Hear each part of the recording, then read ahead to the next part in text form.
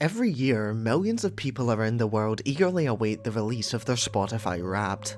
But behind the colourful graphics and glowing statistics, is this just quietly feeling the pressures of feeling validated on social media? For some quick context, Spotify first tested out its Wrapped feature in 2015, when it dropped Year in Music. Although it was basically the same as what we have nowadays, it didn't resonate with listeners, so the company went back to the drawing board and came back stronger with Wrapped. This was their golden ticket because it went viral, being shared over 60 million times. But why was this different? Well, this time, they made your year review easy to navigate, easy to share, and even easier to look at. People were eager to share their listening habits with their friends, and with how big of a success this proved to be, Spotify decided to make this a yearly tradition, and thus began the trend that we're seeing today. So let's jump forward to 2024. Wrapped dropped just this week, and users have flocked to social media to share their listening achievements. But does this highlight a bigger issue? Spotify meticulously designed this system to favour loyalty. If you listen from January to October, sometimes November, then you'll get a more fleshed out Wrapped that touches on all of your favourite artists. The more you listen, the more personalised your Wrapped will be. It's basically offering you a reward, where your prize is a shiny infographic with all of your obsessions. With this, you can find yourself avoiding alternative platforms such as YouTube Music and Apple Music, instead opting to stick with Spotify year-round. And not only does this system have you being loyal to one platform, but it can have you stick to one artist as well. People can find themselves asking, do I really want this song on my Wrapped, before clicking play on a song they may be interested in, and this proves to not only hurt their ability to branch out, but artists in general. Even though they may not intend it, by people who want to manipulate their Wrapped to look like the top fans of worldwide sensations, it ends up leaving smaller artists in the dust.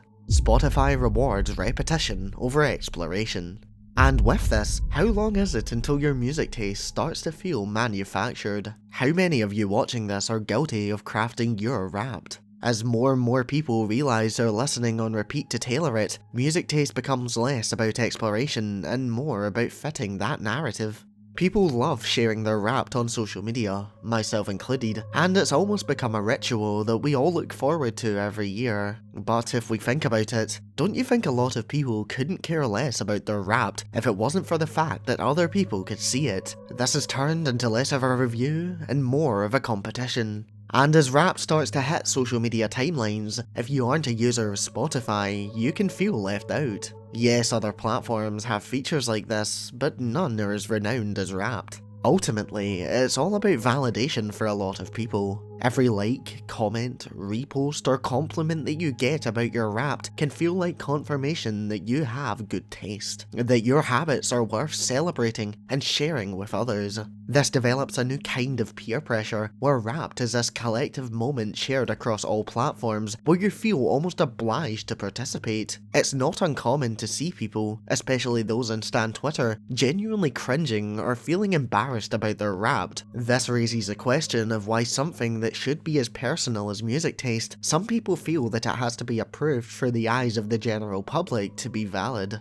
Spotify is, at the end of the day, a company that wants to make money, and so by enticing you to listen for longer, for days on end, and to buy into their subscription services like Premium, they're ultimately making the big bucks out of people just like you. They reach millions on social media without spending a penny. And although Wrapped may seem like a simple, fun feature, it's actually a marketing masterpiece. Every minute that you spend listening for 10 months every year is another piece of data for them to gather and another reason to get you to keep paying for Premium. The more you are rewarded for listening, the more you are becoming the product. And from the second it drops, they're on a mission to convince you to stay for another year. It isn't just a recap, but a carefully crafted plot to keep your business. They curate a personal playlist of all your top songs from the last 12 months, and also give you the option to lock away songs in a playlist that they'll notify you about in just over a year. This is called Playlist in a Bottle, and it's another way to keep you on the edge of your seat for what comes next. This all raises a whole other issue: data collection. Wrapped offers a peek into just how much data Spotify is actually taking from you. Listening habits, time of day, even your mood. With all of this, Spotify could know that you're sad before you do. It isn't just Wrapped either, as this data is, as you can probably guess, extremely valuable to advertisers. And as one digital rights advocate put it, Spotify has done an amazing job of marketing surveillance as fun and getting you to not only participate in their own surveillance, but celebrate it and share it and brag about it to the world. I suppose another aspect of this is addiction. It's estimated that over 210 million people worldwide are addicted to social media, and Wrapped just adds to this. Not only through sharing it, but through the data they collect, Spotify can curate playlists for you filled with hand-picked songs that people with similar music tastes have enjoyed. Although this may simply seem like a good deed on their part, statistics have proven that the chances of a listener staying on the app for much longer are higher if they follow this method of showing you specific playlists. They've mastered this because a large portion of their user base finds that the playlists they recommend are spot on. The data is so accurate that no matter what you find yourself doing each day, they'll have music for you to play just for that occasion. And although Spotify doesn't technically fall into that social media stat I mentioned, it's certainly taken steps to have features that get people to treat it like a social app. You can follow people, like their playlists, and show off what you're doing. Users can feel connected with each other, and this is another way to entice people to come back day after day.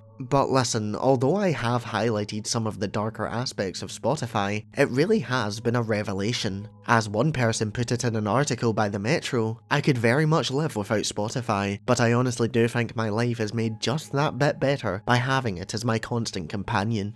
Yes, there are negative aspects, as there are with everything, but music is now more accessible than ever and has given even smaller artists a platform where they can find their home in the industry. Spotify has mastered the art of marketing, and our data is fueling their finances. There's no getting around that, but it's up to you to decide if that's truly a bad thing. But just remember, as you're scrolling through your Wrapped this year, as I'm sure we've all been doing, ask yourself who really knows you better, you or Spotify. This was a dive into the dark side of Spotify, and if you liked this video, I think you'll like the one on screen right now.